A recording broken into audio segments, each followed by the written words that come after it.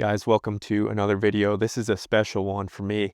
This is my recent bull elk from Utah. It's an OTC archery only unit and heavily hunted. There's no quota on the limit of tags. Everybody can go out and hunt for 4 months straight. So you can imagine the elk herd doesn't have a lot of bulls in it. They're not very big. They don't get much age class. So it's a tough hunt. It's in rugged mountains, high pressure, smart elk. And so it's pretty cool to be able to pull a bull of this caliber off the mountains. I ended up gross scoring him at 345. He looks even bigger the way he holds himself, but just because of inside spread and a couple other measurements, it hurt him from breaking 350s. But a 345 bull is, I would say, equivalent to shooting a 390 plus bull on a limited entry unit, and probably harder just for the sake of these bulls are so heavily hunted. They're smart.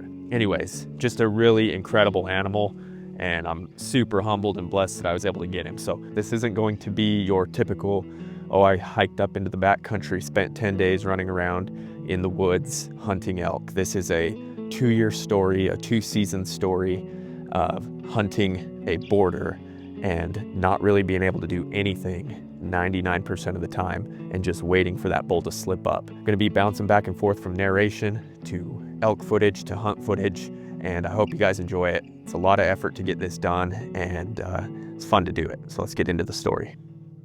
So it all starts off in the 2024 season. I just killed my big buck in the early part of August, and then it was time to transition over into elk. That's usually what I do.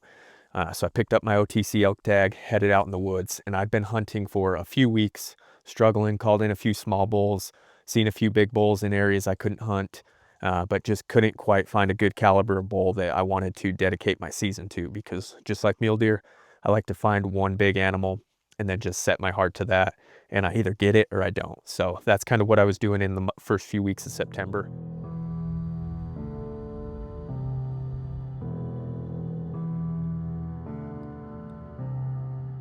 A buddy of mine tipped me off to an area and said, hey, you should go check out this spot. I heard some elk bugling there last year.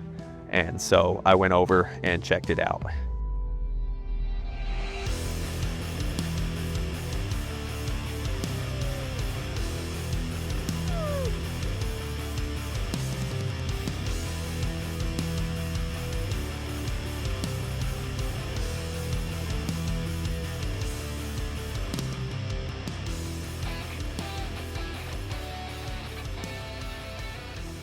It was going to be the border game, so I went up, hit the border, could see there was elk tracks, elk sign, elk had been in the area. I wanted to get another angle though, so the next day went in from a different ridge, different canyon, and glassed back right where I was the night before, and this bull was standing on the ridge line with about 20 cows. So I got some video of him and knew immediately it was a far look, but I knew this was a special elk. He just had a great look to him. Big wide thirds, big hook in fronts, and for these mountains, it's a once-in-a-lifetime bull. Problem was, after I saw him on the ridge that day, he went down into the private where I could not hunt. So I knew it was going to be a border game and just sitting and waiting for him to slip up. But there's enough public land around, and these elk move so much. Eventually, I knew I would have a chance. So I started going up daily, watching the elk, sitting in that spot where I had seen him because I could shoot him right there.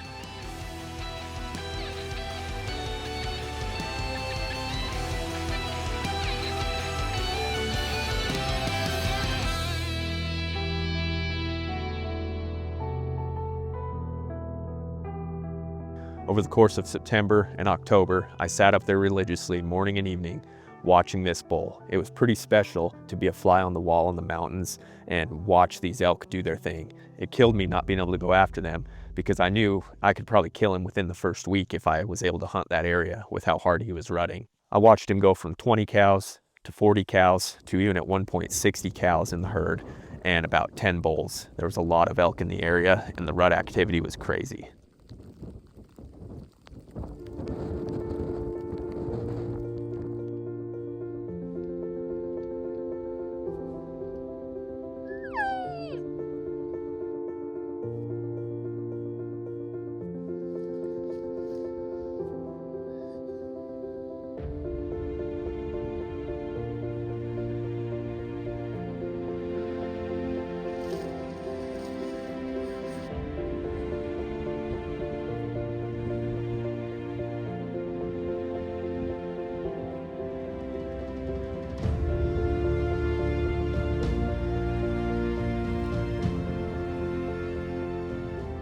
As the season started to change, so did the vegetation that the elk like to focus on, and I started to pick that up through watching their habits. They started high in the canyon, then they worked low in the canyon, then they started working up onto the side walls of the canyon, and so it was a feed thing, and the cows would just kind of move accordingly. Of course, the big bulls in rut mode would follow them.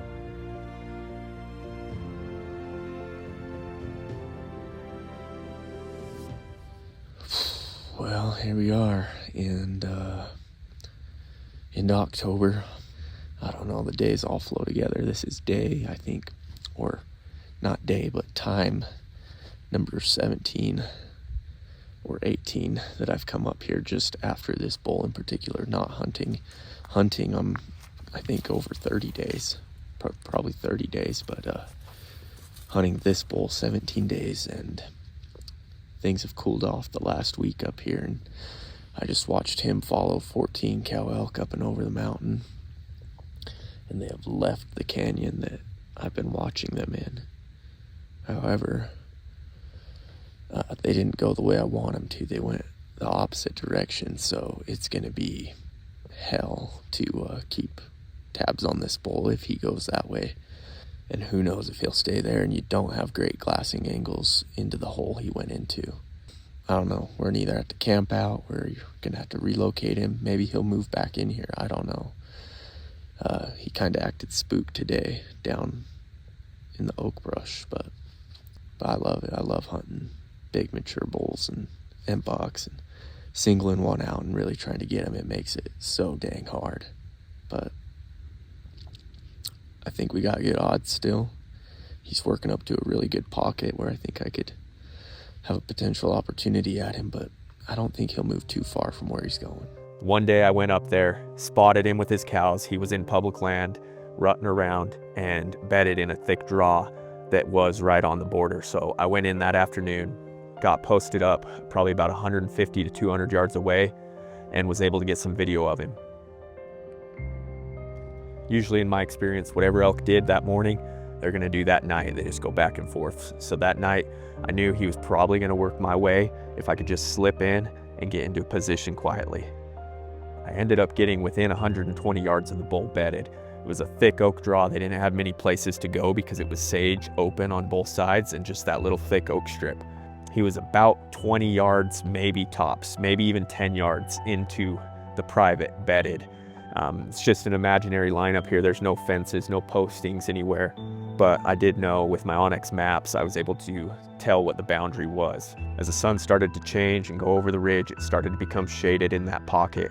The cows got restless. Eventually, they started pushing right to me. I had cows 30 yards away. I had the bull 60 yards away. I thought for sure it was gonna go down. He's in public at this point, and I'm ready to go. We had a hiking trail above us about 200 yards that went down the spine of this ridge. And of course, right then at that point, around 5 p.m., I had 3 people talking and just walking down that ridge line. Nobody was up there all day. And then of course, right then, someone showed up. I watched the elk look up. They could hear them. They got scared. And I just watched them slip right back across the border and into their safe zone. And I had to just let them go that day. That was my one opportunity in about 4 weeks of hunting at that point.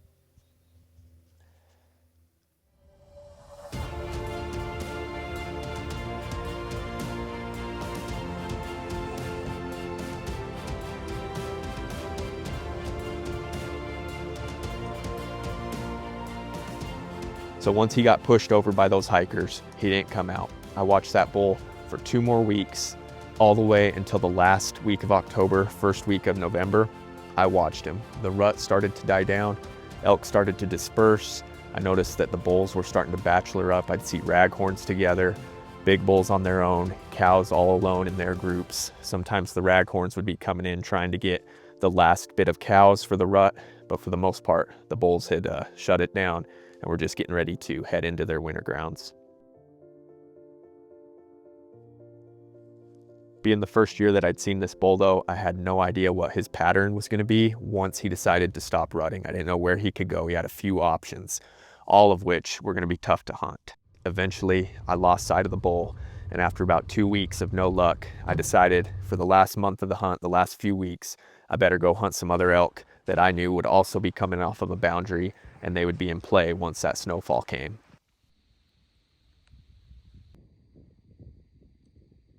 I hunted hard for those bulls. I got really close a few times in bow range, but just no shots. Hunting in 3 feet of snow with a bow when it's 20 degrees outside, sometimes 0 degrees, is freaking tough. So I just couldn't connect on a bull that year. I had to eat my tag, but I gained so much intel, and I had a fire in my stomach to turn this bull up the next year in 2025 and get him killed. If any of you have followed my content or my journey over the last decade with hunting, you know I'm a little bit obsessed. Well, I could not get this bull off of my mind. Every day from the time that season ended, I had this bull on my mind. I was thinking about how I could hunt him. I pretty much had exhausted every option because I was working with that boundary, so it was really tight. I knew he was smart, and so I just every day would try to wrap my head around what my best option was going to be to get this bull killed if I could turn him up. August came, the season opens mid-August here, and it runs all the way until mid-December, so it's a 4-month season. Like I said, a ton of hunting pressure. I started the season off the first weekend hunting archery deer in the velvet. I got my high country buck, and if you haven't seen that video, go check it out. It's that 195-inch typical I killed this year. Got him killed it within a few days. I decided come September, it was time to get back after this boy. So September 12th came around, and I decided that was gonna be my first day going up looking for this bull. So I went up in the evening, posted up, same spot. I decided my best play was gonna be where I had the best vantage to see the canyon, see other ridges, have public land to work with. That evening, sure enough, he came out of the oak brush with a group of cows, and he was looking great. He gained some mass, he gained some tine length on his thirds and fronts, and maybe even a little bit on his royals. So he was a good looking bull. I figured he gained maybe 15 to 20 inches. He was maybe a 330 bull last year, 325, and this year it looked like he was 350, in that 350 range.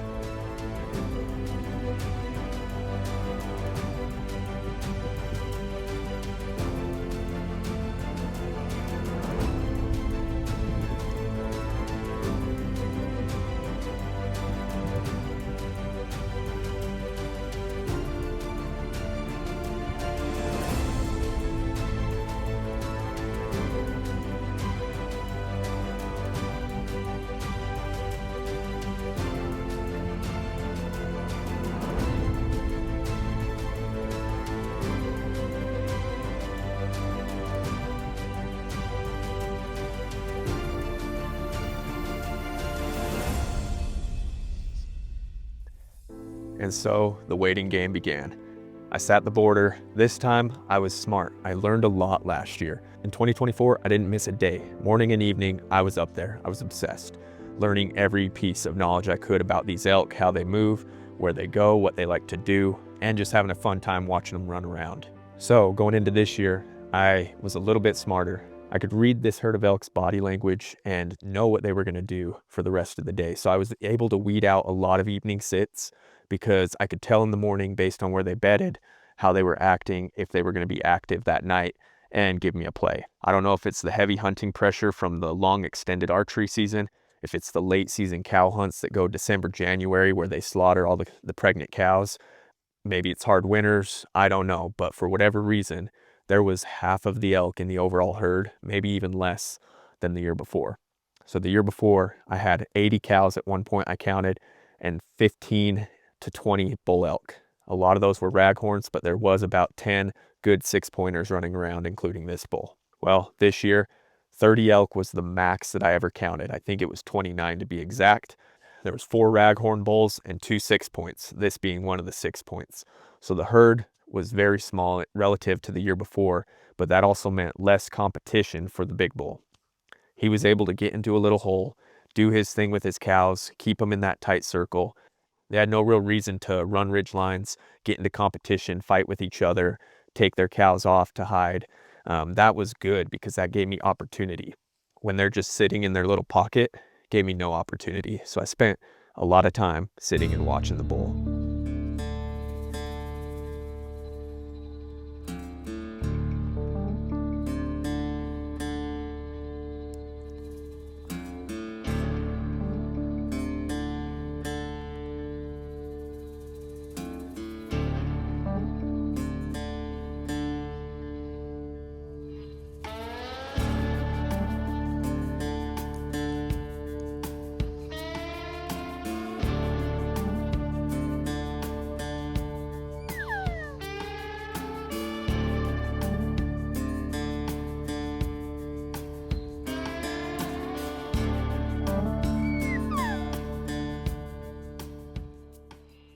The rut was very strange in 2025. I feel like a lot of elk turned on quickly in August, and then it kind of died down. There'd be days this bull just acted like he was part of the herd, part of the cows. He'd just be grazing with them, maybe let out one bugle before heading to bed, and he wasn't even chasing them. It'd be middle of September, and he could care less about any of the cows, really. There'd even be days where there'd be a couple raghorns with him, and he wouldn't even care. Just let him feed with the cows, let them chase some cows around, and he'd just feed. Maybe it's an old bull characteristic, and he just knows not to waste his energy or time if there's not a hot cow in the area. Or maybe it was just the fact there just wasn't much competition. Some days though, he'd get riled up and it'd get pretty crazy. So I got some cool video of him chasing cows around, rutting hard. It was cool to see this old bull work that mountain. It was a little bit more dry this year also, and I don't know if that had an effect on the feed and vegetation, but I noticed about 2 weeks sooner than the year before that cows started to do their thing where they branch off into different areas and start picking at new vegetation. That was a good thing because it was around the time that the rut ended the year before that the cows started to branch off, so the bull did not follow the cows to where I could hunt him. But this year, he was still locked in with the cows being a couple weeks earlier, and he was starting to follow them into a few spots, getting closer and closer to areas that I could hunt. Towards the end of that first week of October, there was a new group of cows that came in, and they were working right by me every morning. I don't know if it's that they knew that they were there and they could smell each other or hear each other at night, but over the next couple days, the big bull and his group of cows started working their way right to the same group that I was working with. I started to become even more consistent. It was a daily thing until one day, finally, I got up on my ridge to my glassing point, and there was the bull at first light right there. Half of the herd where I could hunt, half of the herd where I could not hunt. He was right in the middle. I'm talking 40, 30 yards out of play, again, kind of like the year before. And so I raced in, got as close as I could. I think I got within 90 yards of the bull. They knew they were vulnerable where they were at, and they wanted to bed off in this little pocket.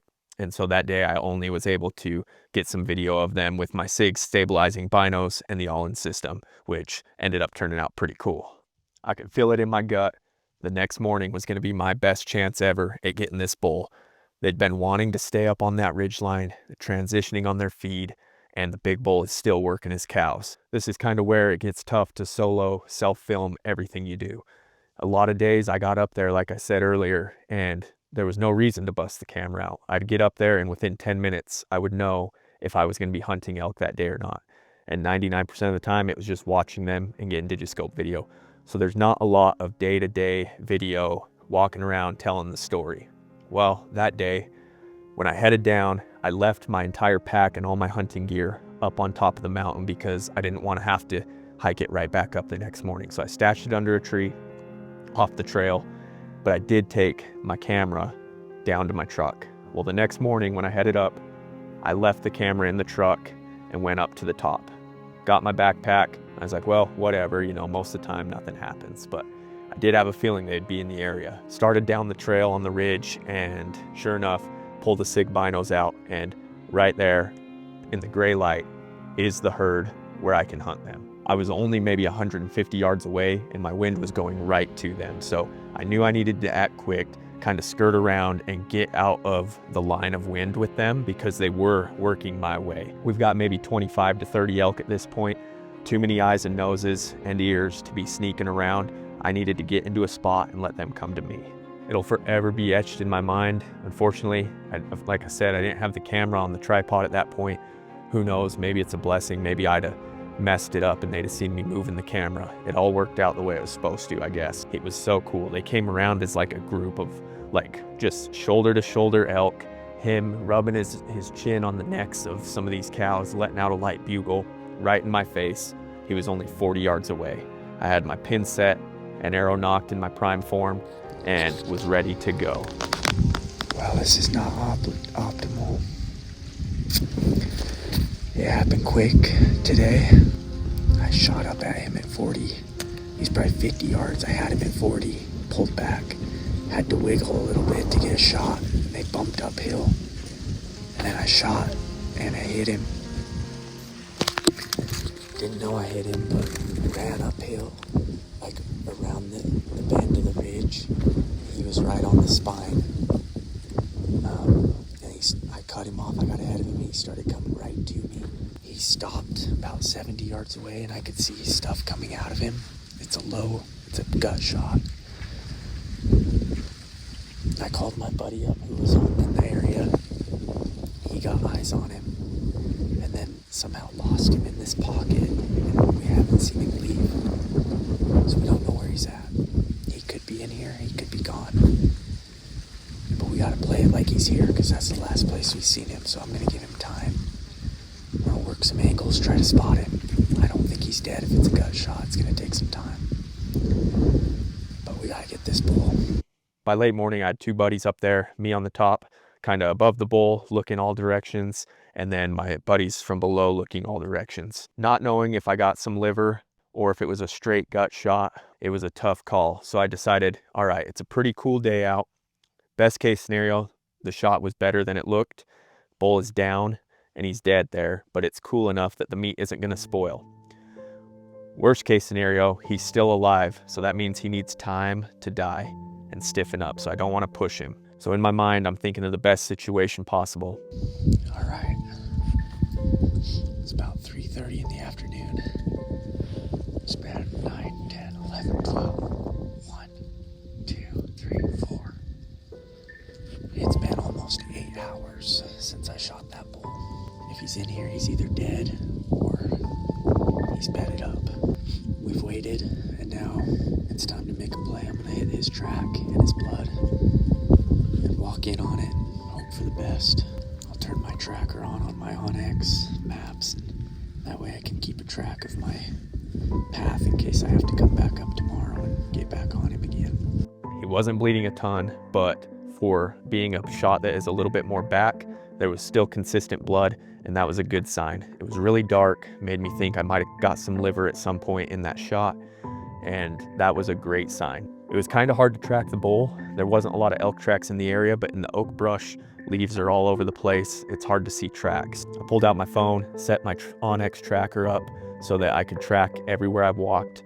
My strategy with that is, as I'm walking and following blood, anytime I think this could potentially be the last blood, say it's a tiny pin drop and it would be hard to find again, I'll always mark it on the map. So you might end up with 5 to 10 pin drops along your track where you thought it could be last blood, but say you do run out, you could always go back to that one pin. The good sign was he was going on a diagonal downhill.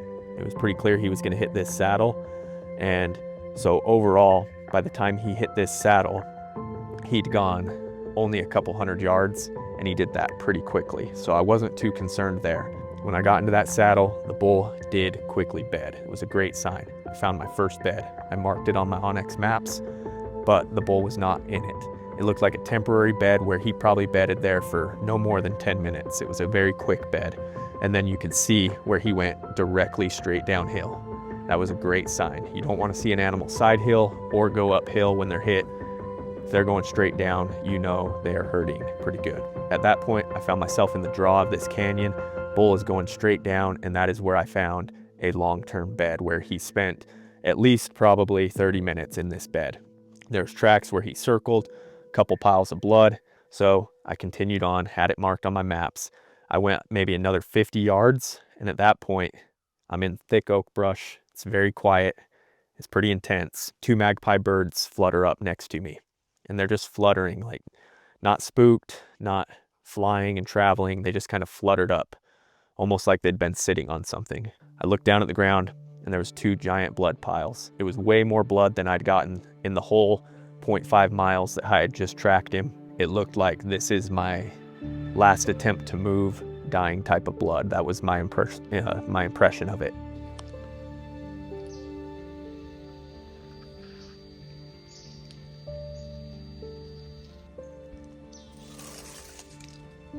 I'm 15 yards away from the bull. I just hit a spot where there was a bunch of blood. It looked like he was coughing up blood. He's 15 yards away below me. He looks dead. I'm gonna wait and watch because I can't really even shoot him right now if he was to jump up. I saw 2 magpies fly up from right there, so he's probably dead, but I'm gonna watch him just for a second. Well guys, a 2-year hunt has come to an end. That bull's dead. Like I said, it was a far back shot. I was holding left because of the wind. I thought for sure it would push it, and I didn't want to hit that shoulder blade. Well, the wind didn't push it. Just needed to give him time, and he bedded twice, tracked him quite a ways, and he's expired right here. So we got about 2 hours of light left. I'll hurry and take some pictures, and I'm gonna have to hike back up to the ridge to get my knives and whatnot to cut into him, but pretty exciting, beautiful bull.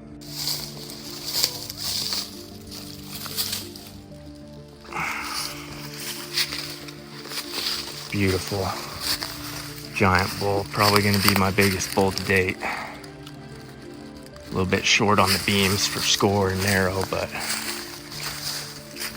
looks like he's got quite a bit of ticks on him. But look at those pretty points. Chipped a little on that G5, but everywhere else is perfect. Couldn't be happier though.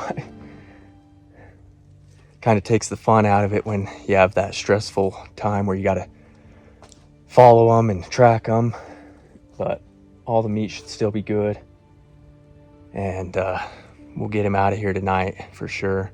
This is the first good opportunity I got on him. Yesterday was close, but I couldn't go after him. Made it work on this ridge and got him. So front on look where he laid. It's gonna be hard work getting him out of here and moving around. The slope is like this, full of oak brush, but beautiful bull, beautiful mountains, and pretty good story. Probably didn't take him as long as we thought it would to die with how stiff he is, but wanted to make sure we gave him that time, and it worked out, not pushing him, and he's dead. We'll be able to get the meat. But a lot of you guys that watch this video probably don't know these mountains and understand that there's just not that many big bulls, not that many bulls in general. And a bull to look like this and make it through all the hunting pressure, 4 seasons, 4 months of hunting, is unreal. Probably my biggest bull to date, so I'm beyond grateful and pretty special. 2 years hunting this sucker, and finally came together. Probably well over 60 days put in to hunting him, between 2 months last year and then a month now this year. Beautiful bull.